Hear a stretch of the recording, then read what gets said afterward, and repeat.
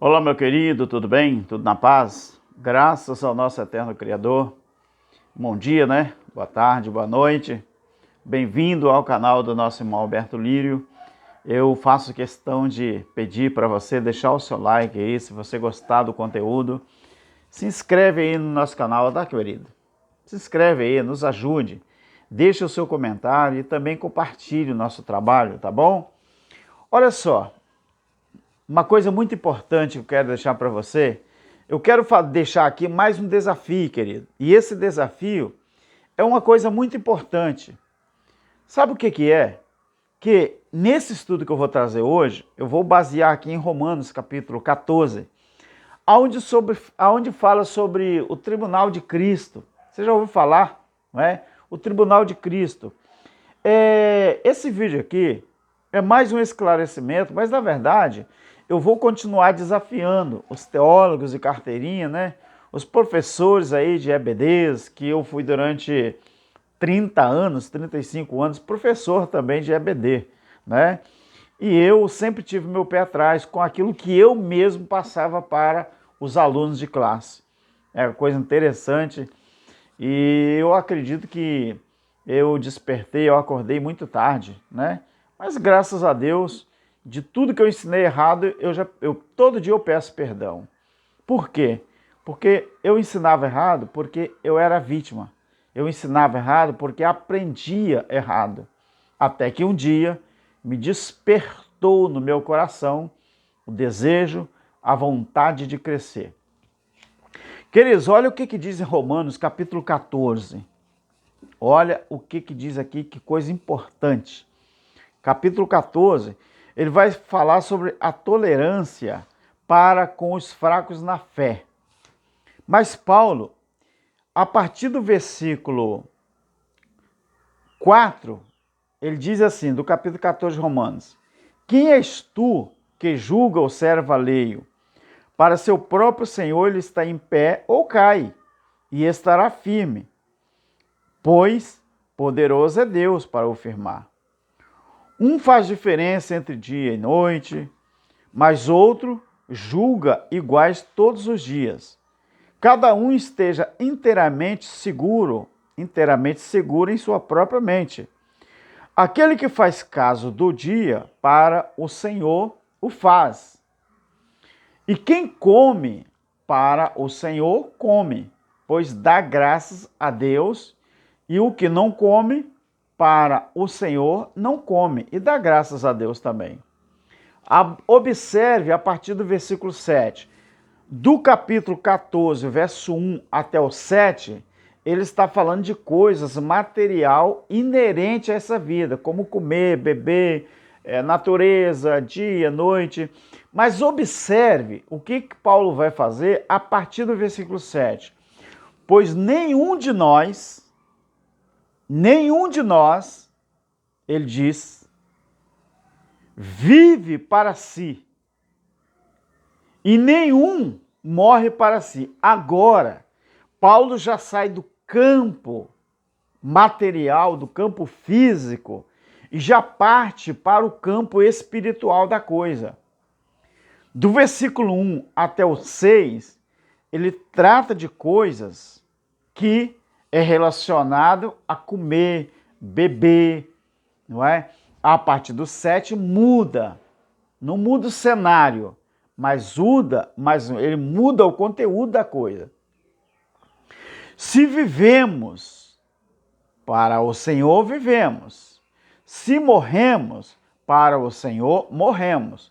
De sorte que, quer vivamos ou quer morramos, somos do Senhor. Meu querido, por que Paulo usa sempre a primeira pessoa do plural aqui? Porque ele estava falando para eles. Paulo, ele tem esse cuidado de usar a primeira pessoa do plural, porque é uma palavra específica para eles, os judeus. Por isso que ele usa o verbo nós vivemos, morramos, sempre do plural, se incluindo na fala, se incluindo no assunto.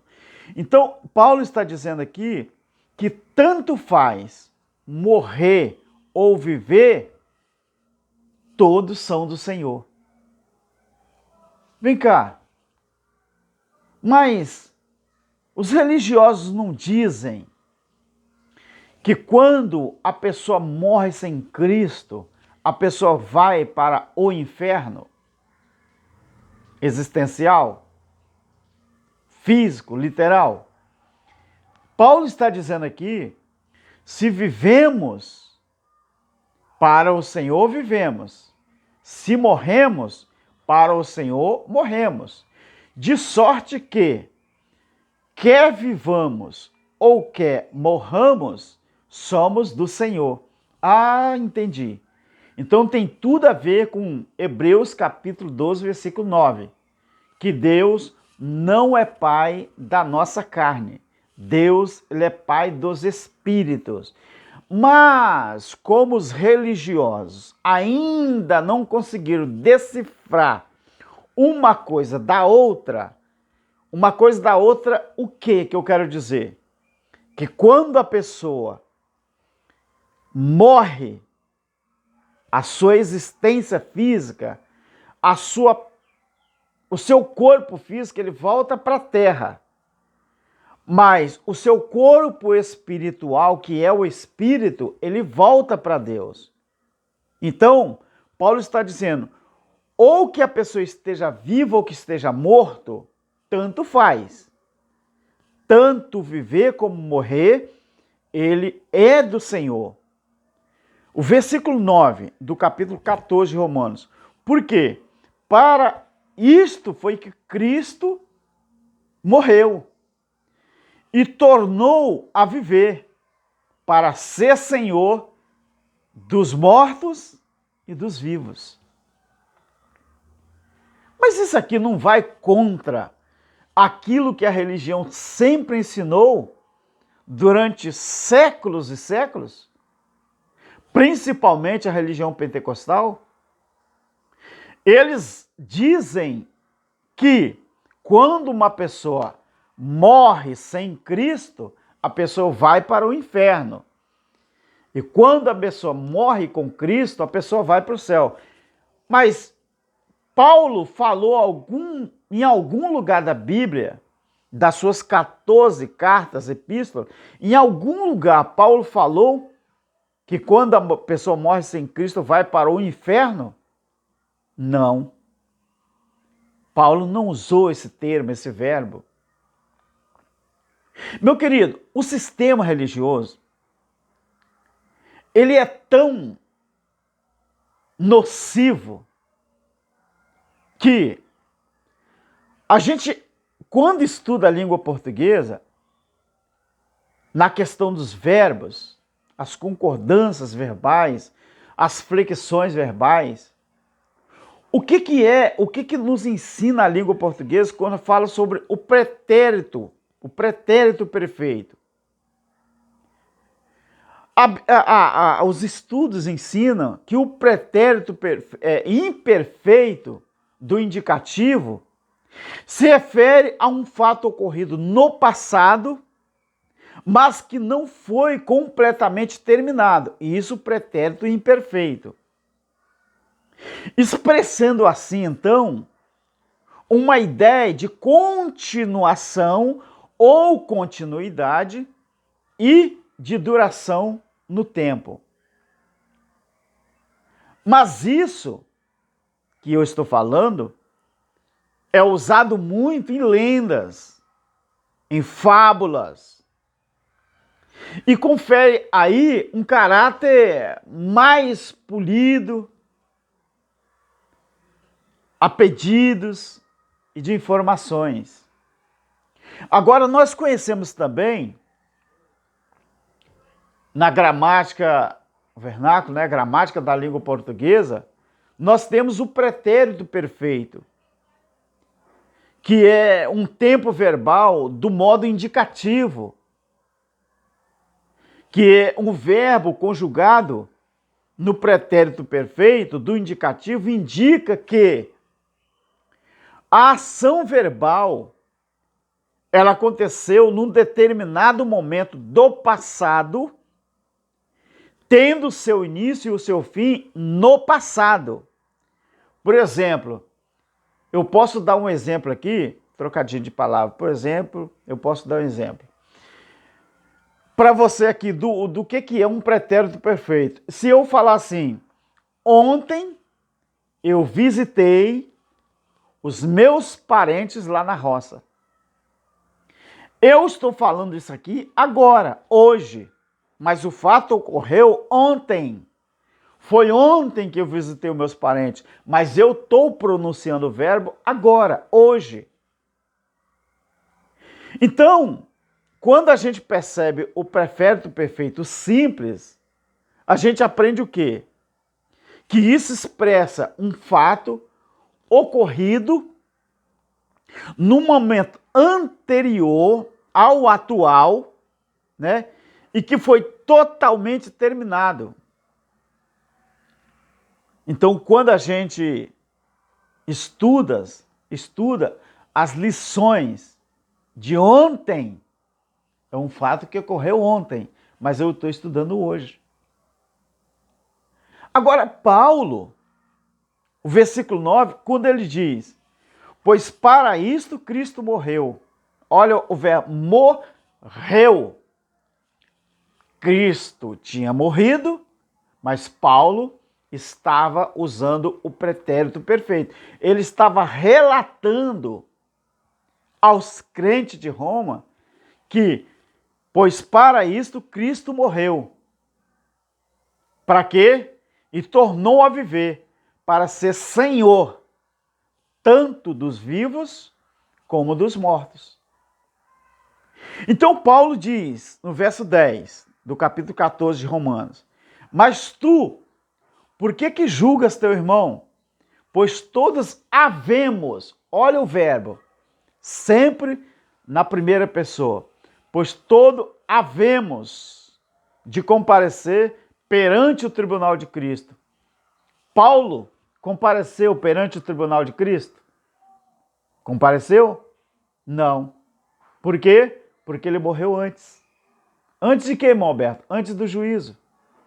Mas Paulo, ele achava que ele iria comparecer aqui, meu querido. Comparecer é presenciar. Os religiosos, eles falam que todos havemos de comparecer perante o tribunal de Cristo. Não, senhor. Isso aqui foi um pretérito perfeito. É um tempo verbal do modo indicativo. Foi um verbo conjugado no pretérito perfeito indicativo. Indica que essa ação verbal aconteceu num determinado momento do passado, tendo o seu início e o seu fim lá no passado. Então, quando Paulo diz, todos havemos de comparecer perante o tribunal de Cristo. Todos havemos. Ele fala assim, todos nós temos que comparecer. Por quê? Porque Paulo achava que durante o período da grande tribulação do juízo, ele estaria vivo e ia presenciar o juízo, como muitos judeus presenciaram. Alguns morreram, outros não. Então eu faço aqui um desafio aos líderes religiosos, aos futuristas que não gostam de respeitar, não é, as regras, não é, verbais da língua portuguesa, por exemplo, a gramática, e sempre usam isso jogando nas costas das pessoas, mas eles mesmos, eles se isentam, mas Paulo não. Você já notou que Paulo, quando tratava de juízo, grande tribulação, tribunal de Cristo, quando Paulo falava da morte para a ressurreição, Paulo sempre se incluía, mas os pastores de hoje, eles sempre jogam a culpa nos membros. Você já notou isso? Então, quando Paulo disse, todos vamos comparecer perante o tribunal de Cristo, Paulo está dizendo que vocês que julgam, os outros, vocês que julgam o seu irmão, ele está falando com os crentes de Roma, não os crentes americanos nem do Brasil, não. Ele falou isso para os crentes de Roma.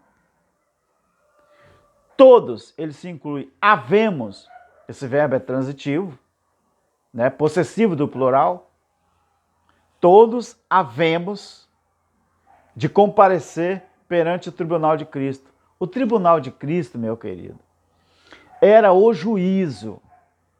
Comparecer aqui é participar, estar presente ali, quando o juízo acontecesse. E a Bíblia não diz ali que Deus julgou a nação de Israel? O juízo não era para a nação de Israel?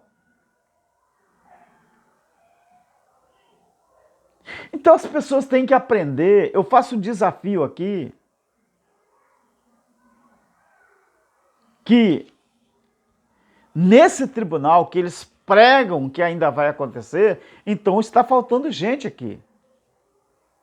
Está faltando Paulo com todos os irmãos que viveram há 2000 anos atrás. Esse tribunal nunca vai poder acontecer mais, porque já aconteceu. Primeiro que já aconteceu. Segundo, as pessoas que deveriam estar nesse cenário não existem mais. Que eram os judeus. A plateia não existe mais. O cenário não existe mais. As testemunhas não existem mais. Que eram as 7 igrejas da Ásia. Não existe mais. Esse tribunal já ocorreu no ano 70. Se os pastores conseguissem ler direito, eles iriam ler dessa forma. O versículo 10. Mas tu, porque julgavas a teus irmãos, pois todos compareceram perante o tribunal de Cristo. Imagina se a Bíblia fosse atualizada. Quanta coisa que não mudaria no entendimento das pessoas. Mas enquanto isso não acontece, os pastores estão deitando e rolando. Eles estão deitando e rolando. Outra coisa, meu querido, para desmistificar de uma vez por todas, além desse tribunal já ter ocorrido, aconteceu no ano 70, Isaías 63, você vai ver ali a descrição desse juízo. Além disso, quando a Bíblia fala, que Paulo diz, quer vivamos ou quer morramos, somos do Senhor. Você já viu o que está escrito aqui em Hebreus, no capítulo 12, no versículo 9, aonde diz assim, ó, além disso, tivemos nossos pais, o escritor dos Hebreus, né, Apolo, tivemos nossos pais segundo a carne, os quais nos corrigiam e os respeitávamos. Não nos sujeitaremos muito mais ao Pai dos Espíritos e viveremos? Quem é o Pai dos Espíritos? O Criador, o Eterno. Ele não é pai da carne. Por isso que Paulo disse, tanto faz se a pessoa morrer ou se viver, todos dois, tanto o corpo material e o espiritual, é do Senhor. Ou seja, se uma pessoa morre e o espírito volta para Deus, foi porque ele é o Pai dos Espíritos. Agora, se uma pessoa vive aqui na terra, tanto faz. Ele é do Senhor do mesmo jeito. Paulo está dizendo aqui que quem morre é do diabo? É de Satanás? É do inferno? Não. Paulo diz aqui que tanto faz quem morre ou quem vive. Tanto faz. Tanto o material quanto o espiritual. Agora, se você começar a entender que a religião não manda na sua vida, se você começar a entender que a religião não tem nenhuma prerrogativa, nem de salvação, nem de condenação. Se você começar a entender isso, eu quero que você faça uma pergunta a si mesmo e encare o sistema e faça a pergunta assim para você mesmo: qual é a função mesmo da religião na minha vida? Qual é a função dos pastores da minha vida? Ou você não tem a sua Bíblia em casa, ou você não estuda a palavra. Meu querido, quebra esse paradigma de uma vez por todas. Vivos ou mortos, tanto faz. São do Senhor. Isso é um desafio para os gigantes, entre aspas, que eles se acham gigantes. Então Paulo disse, ele não está dizendo e nem vai dizer, ele disse há 2000 anos atrás. Ele diz, quer vivamos ou quer morramos, tanto faz, somos do Senhor. Isso é para você entender que a religião não soma e nem subtrai nada da sua vida, porque Ele é o Criador de todas as coisas, independente da sua vida ou a forma da sua morte. Todos são do Senhor. Um abraço ao nosso irmão Cláudio Mendes, aos nossos irmãos inscritos, que Deus continue abençoando rica e poderosamente mais a sua vida. Amém.